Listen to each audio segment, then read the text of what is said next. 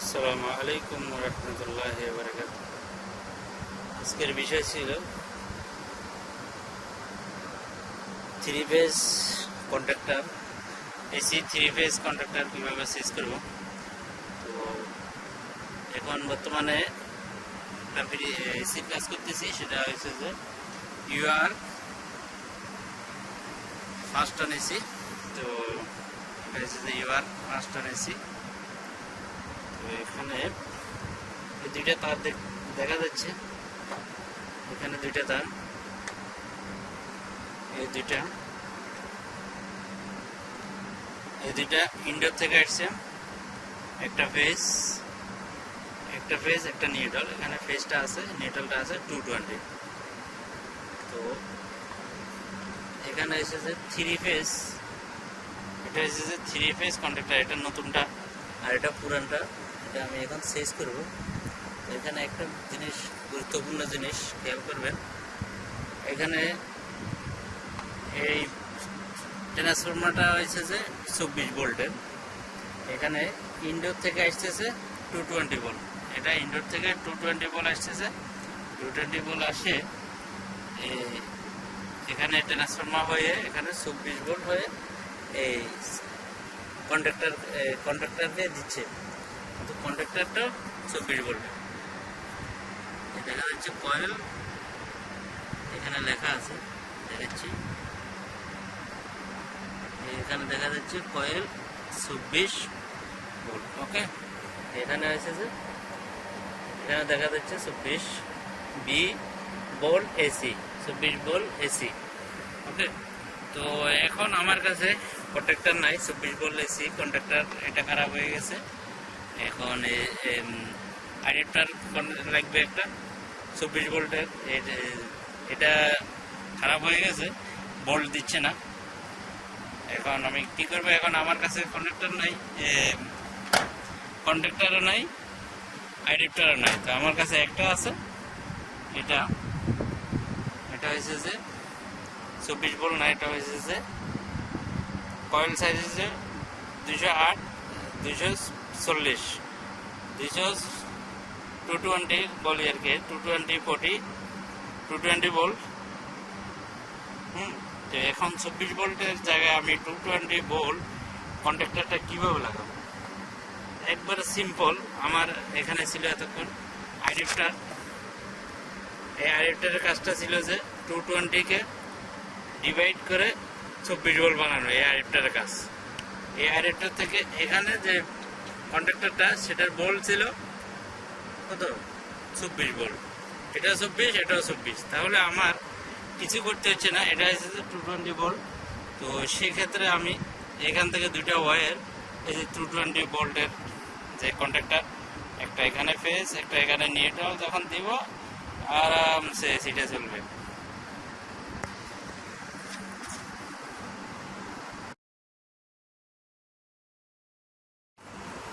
জি, এখানে একটা জিনিস খেয়াল করুন, আমি অলরেডি এটা ফিটিং করে ফেলছি। এখানে এই যে তারটা থ্রি ফেজ তার, red yellow blue, red yellow blue, এটা আইসোলেটর থেকে আসছে। এই হলো আইসোলেটর। তো আইসোলেটর থেকে এখানে আসছে পরবর্তী লাইন, রেড ইয়েলো ব্লু, তিনটা ফেজ। তো এই যে এখানে তিনটা ফেজ ডাইরেক্ট কম্প্রেসারে চলে যাচ্ছে কন্ট্যাক্ট হয়ে।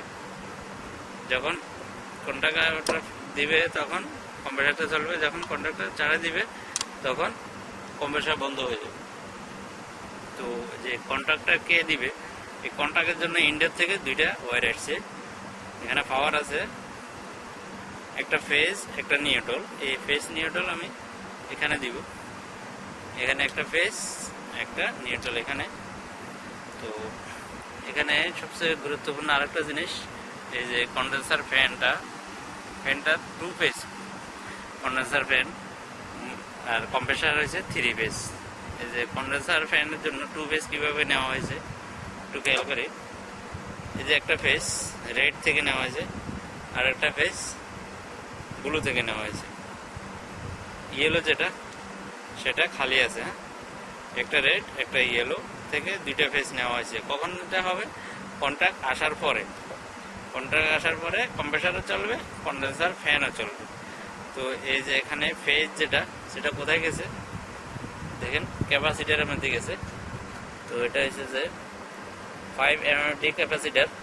তো ওখানে কি জন্য গিয়েছে, একটা ফেজ এখানে গেছে, এখান থেকে এইটা ডাইরেক্ট হয়ে একটা সেম ফেজটা কোথায় গেছে, ফ্যানের ভিতরে। একটা ফেজ এখানে, একটা ফেজ এখানে, তাহলে আমরা দুইটা ফেজ পাইছি। কোথায় গিয়ে যাচ্ছে এটা, ফ্যানে। তাহলে আরেকটা জিনিস, দুইটা পাওয়া গেছে, আরেকটা বাকি আছে, সেটা হচ্ছে যে স্টার্টিং।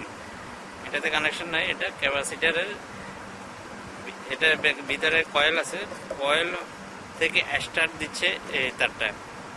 আর এই স্টার্টিংটা যখন মোটরে পায় তখন মোটরটা স্টার্ট হয়, স্টার্ট দেওয়ার পরে ভিতরে যে কাজটা করে ওটা ডিসকানেক্ট হয়ে যায়, তখন 2 ফেজে চলে।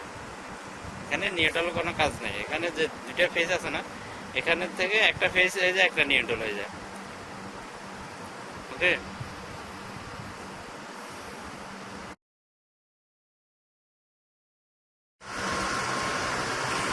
জি আমি দুইটা তার এখানে যখন লাগাই দিয়েছি তখন কন্ট্রাক্টটা ভিতরে চলে গেছে। এই যে এখানে আমার কম্প্রেসারটা চলতেছে, কন্ডেন্সার ফ্যানটা চলতেছে। তো আমি অ্যাম্পিয়ারটা কীভাবে চেক করবো, একটা অ্যাম্পিয়ার মিটার নিয়ে নাও।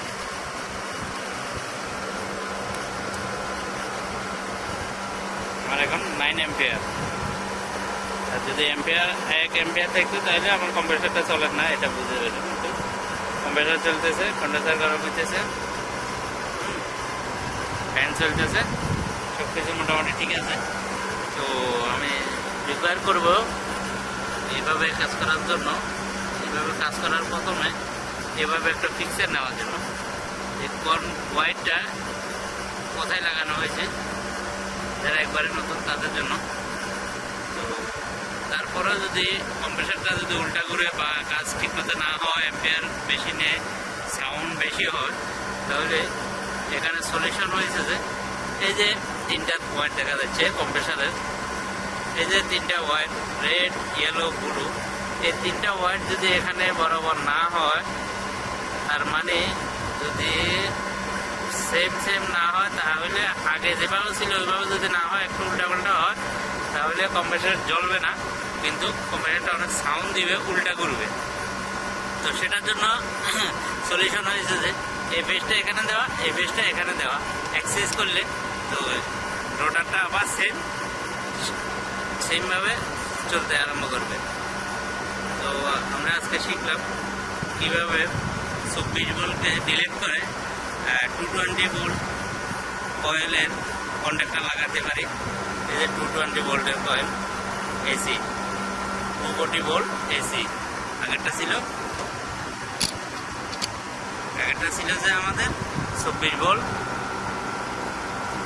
Volt AC. তো সেটার জন্য আমরা একটা ইউজ করছিলাম, সেটা হয়েছে যে 24 ভোল্ট অ্যাডাপ্টার, 240 ভোল্ট থেকে 24 ভোল্ট অ্যাডাপ্টার। তো আমরা এটাও বাদ দিয়ে দিলাম, দুটোটাই নষ্ট। সেই জন্য আমরা কী করলাম, একটা ডাইরেক্ট 220 ভোল্ট একটা কন্ডাক্টর ডাইরেক্ট করে দিলাম। কাজটা বরাবর হচ্ছে। তো আমার ভিডিও দেখে যদি কারো উপকার হয়, তাহলে লাইক, শেয়ার, কমেন্ট করতে ভুলবেন না। সবাই সুস্থ থাকুন, ভালো থাকুন, এই আশায় কামনা করি।